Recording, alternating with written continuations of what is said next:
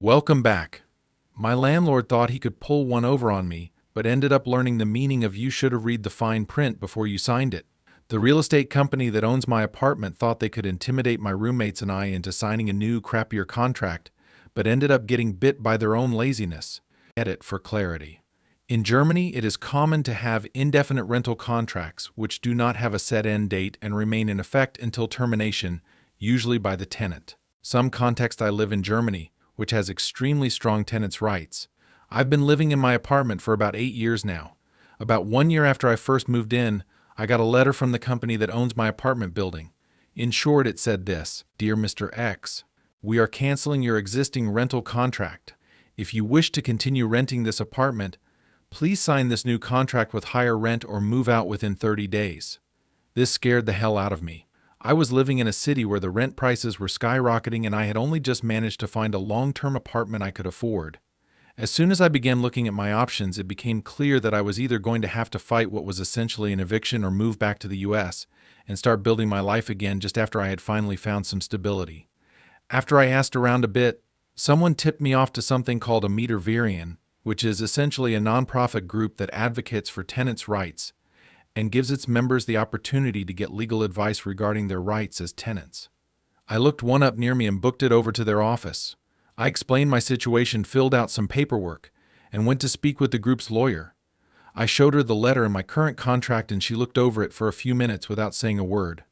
After what felt like an eternity, she looked at me and said in her most diplomatic German legalese, "You have nothing to worry about. This letter is bullshit," admittedly paraphrased, but that's what it boiled down to. She then turned to a page of the contract and pointed out a single line in it: "No changes may be made to this contract unless both parties consent to the proposed changes." In other words, as long as I refuse to sign the new contract, they can't do anything to me. The group's lawyer then sent a letter on my behalf to the company. I received a copy of it for my records, and essentially it told the company that they would find themselves in some major trouble with the government if they continued to pursue the matter further. About a month went by and I heard nothing further.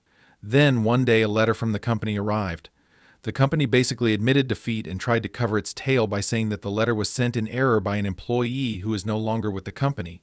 For the next 7 years, it became an annual ritual. Company sends ominous letter telling me I'm getting kicked out. I forward the letter to the pettyrevenge, and the pettyrevenge's lawyer sends them a letter telling them to stick the letter where the sun don't shine. And then after attempt 8, the lawyer sent them another letter telling them to cut the crap and stop sending these letters every year. I haven't heard from them since. Our next Reddit post is person I never met or talked to decided to start insulting me at random, so I gave her a nickname she never shook off. In high school, there was this girl named Martina Pap. Fake first name, actual last name. I never met her, never talked to her, but I discovered one day that she hated me. I had no idea why at first. After some investigation, it turned out she hated me because I had made my own fake edition of the school newspaper.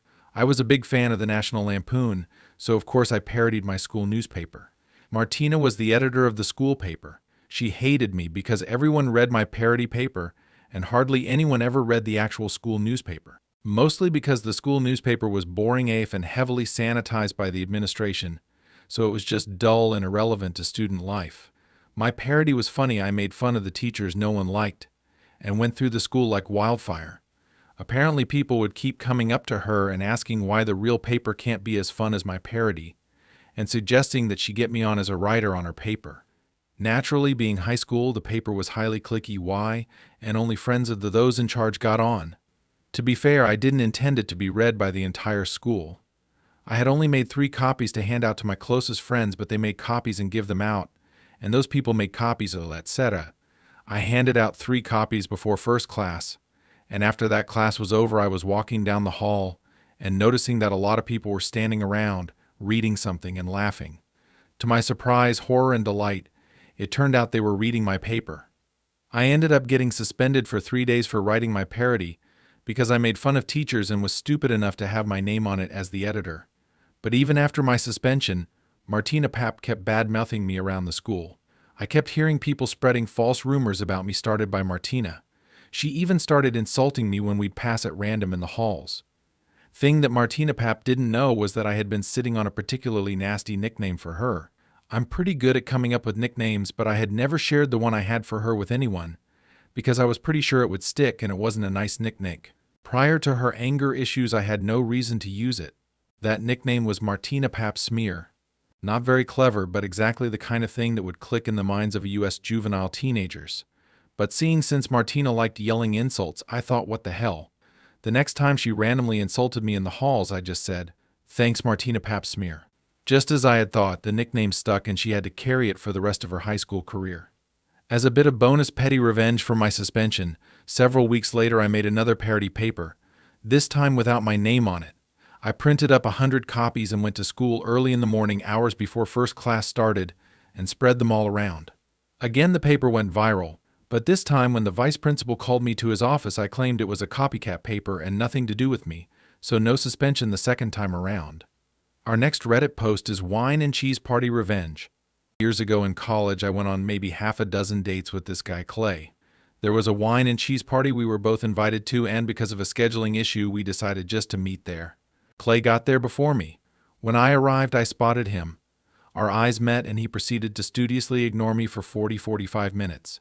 Didn't come over to say hello, didn't wave, nothing. I was really irked. The party was wall-to-wall people and very loud. Clay was standing near the fireplace and had his glass of white wine resting on the mantel. In an instant, I knew what I wanted to do. I sidled my way over, got behind him, snagged his wine glass, and went into the kitchen. I swallowed the rest of his wine and proceeded to fill his wine glass with vegetable oil I'd found in a cupboard. Looks exactly like white wine.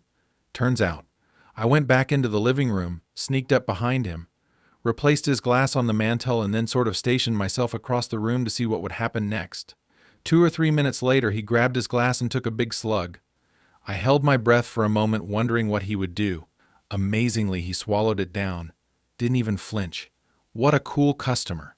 Never saw him or spoke to him after that. But I'm virtually certain Clay had no idea I was behind it. One of the nastiest things I ever did, zero regrets. Our next Reddit post is No-Name Delivery Service Driver Screw-Up Goes Unpunished and Unreimbursed. So I was looking forward to a small package of specialized parts. I had to order from AliExpress because they weren't available anywhere else. Of course, it gets handled by some carrier I've never heard of. I make sure to always have a buzzer code on my actual shipping details because I live in an apartment building with no lobby person concierge, so it's much safer to have it delivered right to my unit. On the day of delivery, I get a buzz and it's the driver. I let him in, but instead of delivering to my unit, he decides to be lazy and just dumps it in the mailroom because time is money, I guess.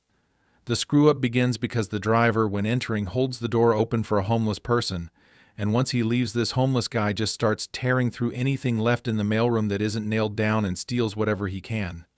The building manager has everything on camera and we file a police report, but chances of police actually catching this person are slim, especially because the part itself is worth exactly $60 and I doubt they are putting in much legwork for that, LOLL.